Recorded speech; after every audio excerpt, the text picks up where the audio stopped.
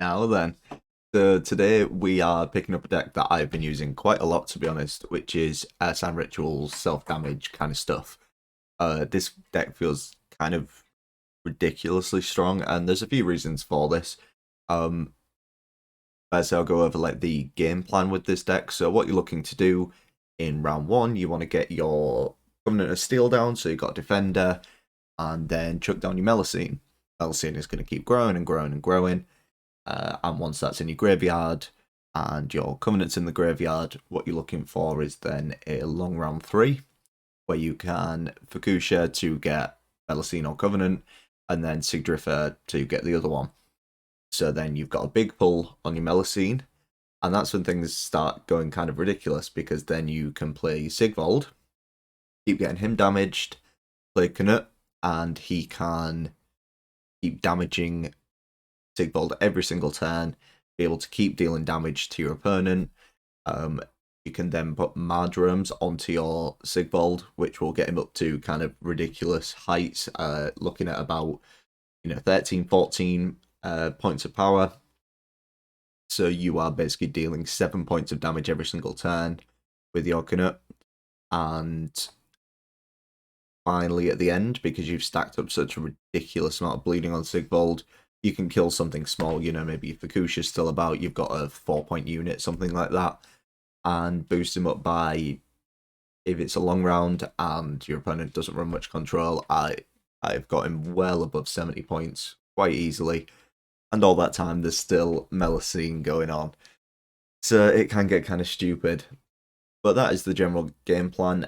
Something to look out for is things like Squirrel and Javier, because if your opponent is allowed to play one of these cards, whether that be in round 2 or round 3, they can just banish away your Melusine and you lose a huge amount of carryover, lose a huge amount of value on things like your Sigdrifer's Right, and Melusine is also great just as a natural self-damage engine. She damages 2 units, so you can set up your Drakars, you can set up your Veterans, you can set up Sigvold all next to it, keep bringing away damage to it.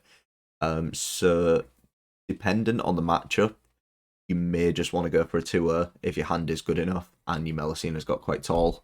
It may be worth doing that if you're a bit afraid of Squirrel. And Vial of Forbidden Knowledge really helps for this, because if your opponent is also running one, you can check their deck, see if they have a Javier. If they do, you probably want to be looking at that 2. If you see that they definitely don't have any way to remove the stuff in your graveyard or interact with it or anything like that, you're pretty safe to just go for a long round 3 and get as much value as you can. So yeah, I think this deck is, it's up there, one of the strongest decks right now. I'm going to be using this to probably crack 2500 today or tomorrow, and then keep going, in all honesty. It can even deal with Traveling Priestess should you get the right hand and be able to pump out enough points. So yeah, I'll leave it there. We'll get into the games, and I'll catch you in the next one. Right, Nilfgaard. We're only scared of Yimber here,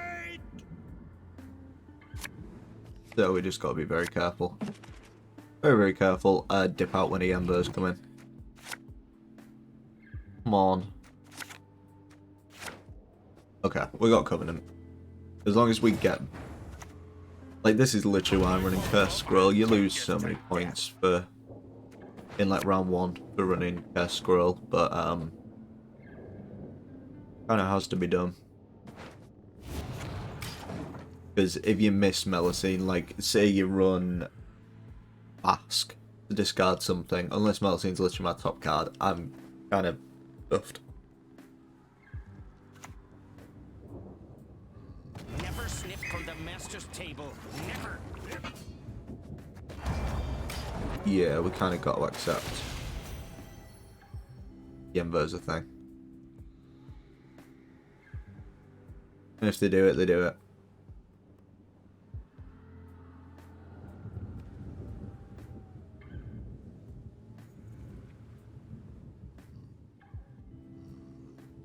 Like, we lose if they have it in hand. They don't have it in hand. That's good information.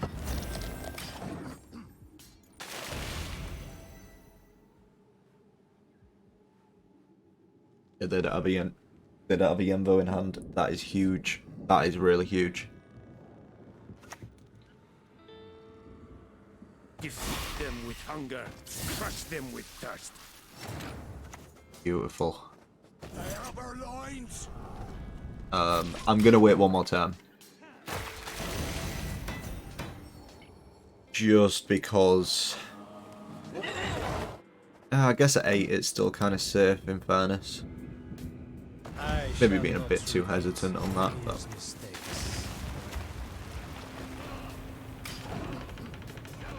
Don't want to risk it, you know?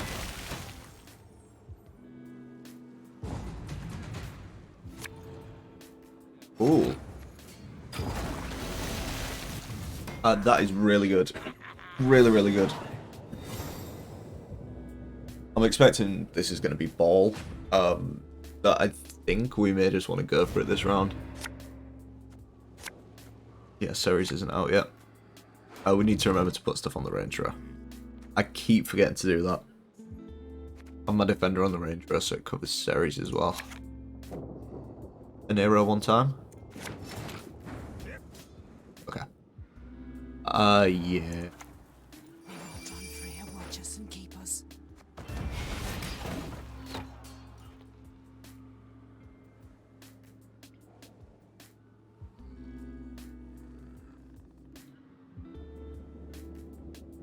Good thing is, if this does get Yenvoed, it's doomed.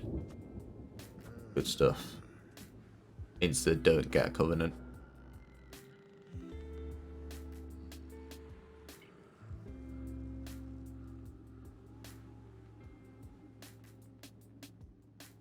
In terms of the other ways to remove this, is literally just poison.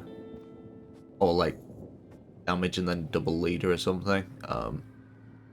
But if we see this get down... Beauty. Absolute beauty. We can just pass now. We can literally just pass now. If we wanted to. That's so good.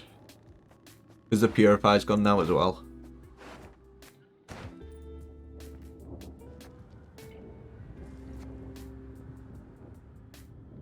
Do we win a long round against a ton of poisons?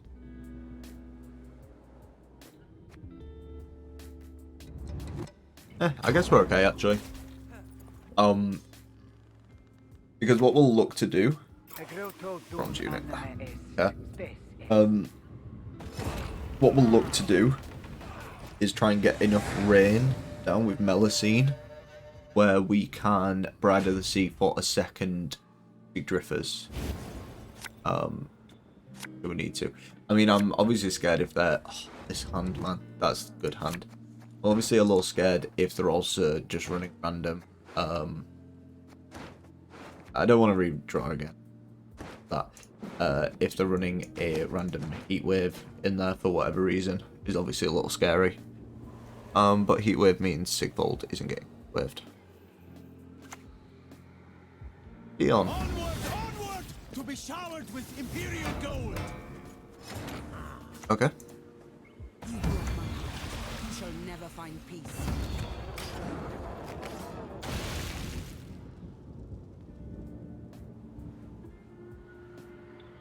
Don't be the one random guy who's running heat wave.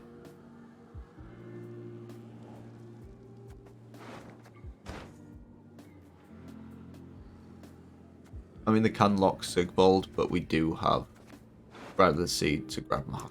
Or should we want to / need to?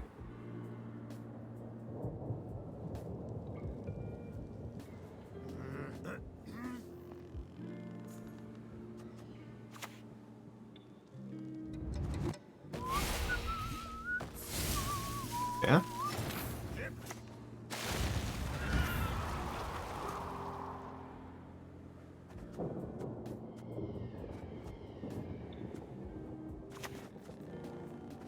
Mayhap you'll gawk at Arcania's marvels too one day. Should have done it. The other side, I was thinking, oh, we don't really want Gusha to die off. We want something small, but maybe not. Not that great. want to see a couple of leaders out before we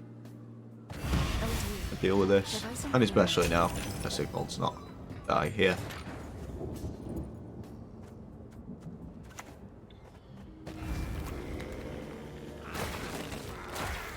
And I'm giving them something that they really, really want to do that.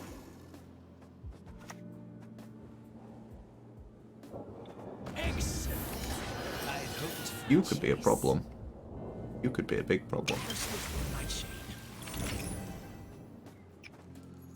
We can't do a great deal about you.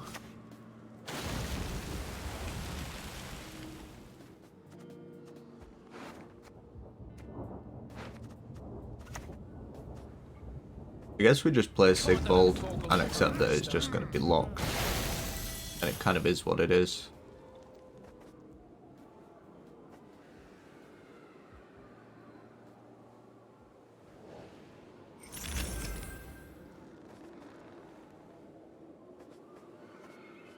The bleeding means it gets locked.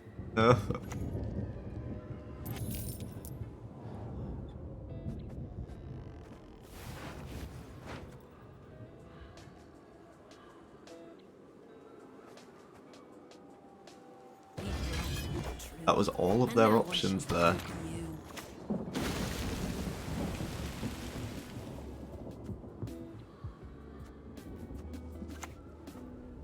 Alright. Just slow play this one. Obviously if this gets poisoned away, which it almost certainly will, then we can just browse the sea for a Sig Drifters, get it back.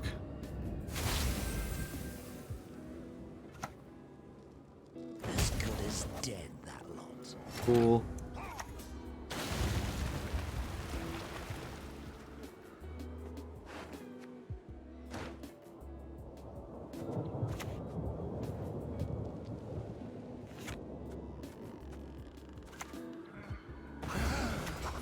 Don't really know what we're waiting on for the nearer. Maybe it's just Canute. Not that amazed there. I guess we can use it to really beat down Melusine. We can start. Also, the way this is set up, we really aren't going to get away with. What's we call it? Getting a Brother Sea into Big Drifters. Again, that's kind of okay. We'll just use Restore. The hounds are cops. Well, Think you can be hazardous to your health. cool. I kneel to Svalblood alone.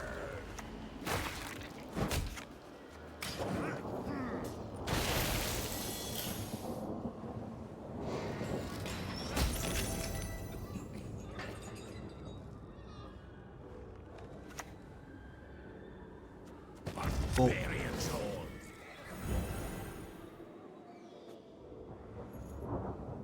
I wonder what these things would have captured That is this also time. fine.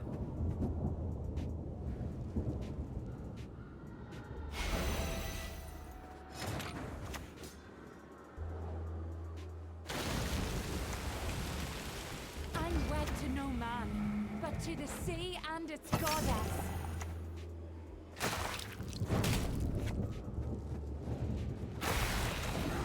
Sometimes we get away with this. Sometimes. This should be out of locks now.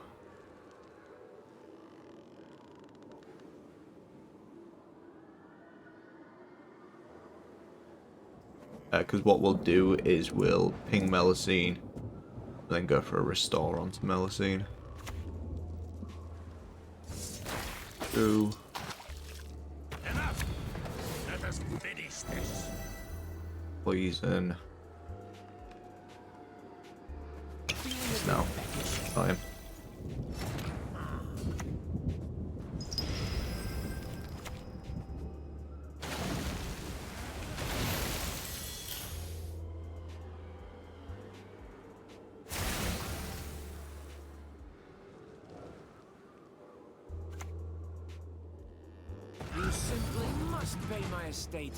That's actually so good. Because they could have killed Melusine. But we win instead. And not seeing the threat of the restore. That's beautiful. That's beautiful. I was a little stressed. I will admit I was a little bit stressed on that one. Whew. What a game. What a game. That swing was insane. What was that? 56-point swing. What a deck. So, I hope you enjoyed, and I will catch you in the next one.